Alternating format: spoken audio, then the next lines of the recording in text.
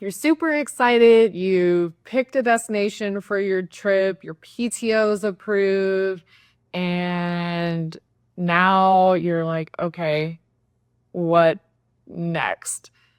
When I picked a destination and I know it feels right and my PTO is approved and everything else is set and ready to go, these are the first 5 places in no particular order that I go to start my planning process. One of the first things I do, no particular order, so maybe I shouldn't say first things, but regardless, one of the things I like to do when I've picked a destination is I like to figure out accommodations. What do they look like? What are my options? I have a few places that I do like to go to. I think I can list off 3 here and not forget. Um, what I've got in my mind. It's funny, but I love to start with a Google Maps. Just look at the city and maybe kind of the place that's the best or most centrally located to be, and just get that on your screen. You can do it on your phone, you can do it on your computer, tablet, whatever device you have, and click the hotels button and just see what comes up. Adjust your price range, adjust your type of accommodation, and see what's there, what's available. It's so stupidly simple that I've blown people's minds when I've told them this. They're like, really, that's how you found these amazing deals and places to stay? Yes, actually, a lot of them have come from just a Google Maps search. If that's not your jam, that's totally fine. Maybe you have your favorite trusted websites. I also have mine. I love booking.com. Maybe I should knock on some wood. They have been, they being the accommodations I've booked through them, have always been great. I've had good experiences with the site, with their options, their availability, their prices. I found some amazing last minute deals through them.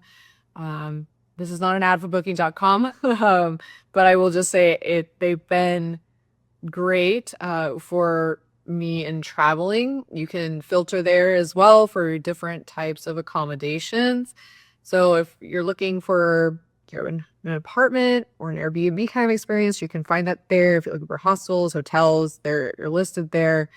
They've been great. So another one other place that I do like to look, because I personally don't mind staying in hostels. And hostels have come a long, long way. They're not just your plain old bunks anymore. They're really more like a high-end experience at a better rate. Not everybody's jam. I still don't mind doing that. But that being said, I love to go to hostelworld.com. They're another place that really has done me so many favors over the years in terms of finding a place that's inexpensive and comfortable and safe. And I get to meet people. A lot of times I'm by myself, or I meet people, I meet friends when I arrive, but I don't necessarily stay with my friends. So, finding a place where there's still some activity going on and there's a kitchen and laundry and all these other things that you need when you're traveling for extended periods of time. I still like looking at hostels. You can get a private room and still have your kitchen downstairs, your laundry. A lot of them have cafes and breakfast included and bars, and it's kind of a one-stop shop. But they're never stayed in a hostel. Definitely look into them again. They're super fun. I still enjoy doing that. The next place I look, again, not in any particular order, so I should just say another place I look are blogs. I feel like I've talked about that a lot in recent videos. Blogs are not dead. In the age of AI, AI has to get trained from something, right? So blogs are a great place to find information once you've decided on your trip. I've learned so much from people that have been boots on the ground, been there, done that, on places to stay, what to see, when to see it. Should you go in the high season, the off season, the shoulder season? Is it going to be the rainy season when you're there? They are a wealth of information. I feel like they are generally more up to date on how things work as well, especially when it comes to like transportation. There have been so many changes in transportation recently, and especially in how you purchase a ticket. Is it tap to pay? Is it still purchasing a paper ticket? Can you buy a package? There's other things I could think of. An example recently that comes to mind that I didn't know until I arrived, was the train in Nice from the airport to the like city center. I guess let's just say the light rail. It wasn't really like a train. Yeah, tapped pay. Doesn't like iPhones. I found out my hotel told me that. So grateful for my hotel for telling me that. For some reason, their system likes Androids, but if you do an iPhone, you have to get like a physical card and add it to your phone. And maybe that's changed since I was there a couple months ago. But at the time, you still had to go to a machine, which I was so grateful to my hotel for telling me that. So that actually, that's another thing is if you book your accommodation first, don't be afraid to ask your host or the concierge, the front desk, whoever. Ask them questions. They're another massive wealth of information, which probably goes without saying. Most of these people, they live and work there. At hostels, you have people that kind of come in and out, obviously, but 99% of the time, these are local people, and they obviously know their city better than anybody else. So that's another one. Wasn't on my list, but I'm just going to throw that in there. Don't be afraid to ask people. Get out, be social, like not just on social media, but like actually email or call somebody. You'd be surprised the answers you get. Another thing I look for after I've chosen a destination are definitely flights. You might have already looked into this even before you decided 100% that's where you're going. But Google Flights is still the place I start. I know some people like Skyscanner, and which is fine. I prefer Google Flights for the way I fly. I try to stick with certain airlines and alliances, and I just find Google Flights is better for me. And if something else is better for you, like Skyscanner, by all means, that's another great place to look for flights and inexpensive flights. But for me, Google Flights works. It's I wouldn't say it's never led me astray, but it has certainly given me a better idea of the whole picture of my options of whether I go in and out of the major airport, if I go out of an airport that's maybe a little bit farther outside the city, it's a little cheaper. Maybe it's got some of the more budget airlines. All that being said, I love Google Flights. Yeah, I just love it. It's that simple. It's a great place to start your flight search and then go on to a different place or go to your website, your main airline's website, right? Google Flights, that's another huge one for me. And she popped in, she popped out. There is your little dose of Munch for the video, our little helper. She's now trying to pick up her Belle toy. So if you hear Belle in the background, I'm so sorry. That's Munch. She's my tabby. She's in these a lot.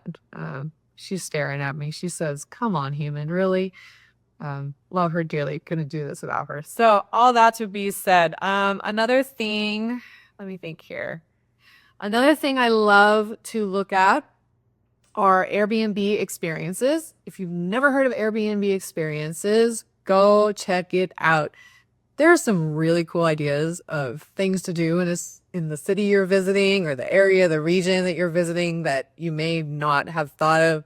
It's a really, really cool way to do something that's different and off the beaten path, but to also meet locals and experience the city through their eyes. So many of the people that I have had Airbnb experiences with, they're not only experts in what they're doing, whether that's photography, cooking, they have so many things that you can do. I'm trying to think of some of the other ones I've done. I've done so many things. Anyway, that being said, whatever their passion is, they're also, generally speaking, amazing tour guides. They know their history. They know the hidden spots. They can tell you about current events that maybe you haven't heard about. And it's such a well-rounded experience. You get to meet someone and share in their passion, but you also get to learn a little bit about the place that you're visiting and what makes that place, tick, what makes it how it is. And it's a cool thing. So not an ad for Airbnb experiences by any means. There's no, but Yeah, I highly recommend it if you haven't looked into it. Look into Airbnb experiences. There's other ones you can go to as well. Like Get Your Guide has been great. I've looked at and used them a lot of times. A Viator or Viator, however you pronounce it, is another one. There's so many different experience guide tour apps and websites out there, services that you can look for. Some are a little more personal than others. I think Airbnb's experiences are much more personal than, say, like Get Your Guide. Those tend to, in my experience, have tended to just like pop me into a group tour that had room, and that's fine and dandy. It gets the job done, but just something to think about depending on how you want your experience to be. That being said, the last thing that I like to think about, my brain is going.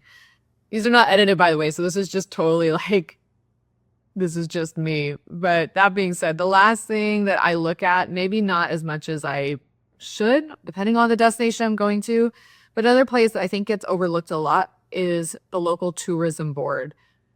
These websites have all sorts of information on them, from places to stay, places to eat, things to do, how to get around. They're another place that don't be afraid to give them a call, shoot them an email. Maybe they have a chat. These tourism boards are there to help visitors to the country, the region, the state, the city. Most of them, in my experience, all of them have offices that you can visit locally. They have maps. They have all sorts of things. They can tell you if there's like museum passes that you can purchase. So they're just a wealth of information. I think they get overlooked a lot, especially in modern times. In my experience, people go to like social media first, and that's really like, sounds bad. It's seeing a place through a keyhole. You get maybe what, like a 20-second soundbite, someone's reel, someone's TikTok. Maybe they wrote a few words, put some hashtag. I don't even know. Obviously, social media is not my strong suit. But that being said, I think they're just very watered down. So a tourism board is another great place to go to. We'll see if my little helper here jumps up. She, by the way, she is a talker. She chirps and she trills and makes all sorts of wonderful little kitty noises. She's the only talking kitty I've ever had. And she's a personality. She could honestly have her own YouTube channel where she just sits here and talks to us. But until that day happens, you're stuck with me. So sorry. So those are, I think that was five things. Those are just places that I like to look at once I've decided on a destination. Here she is. Yeah, it's a great place to start. So that being said, I'm going to pet my little helper here, give her some scritches, and I will catch you on the next one. Bye.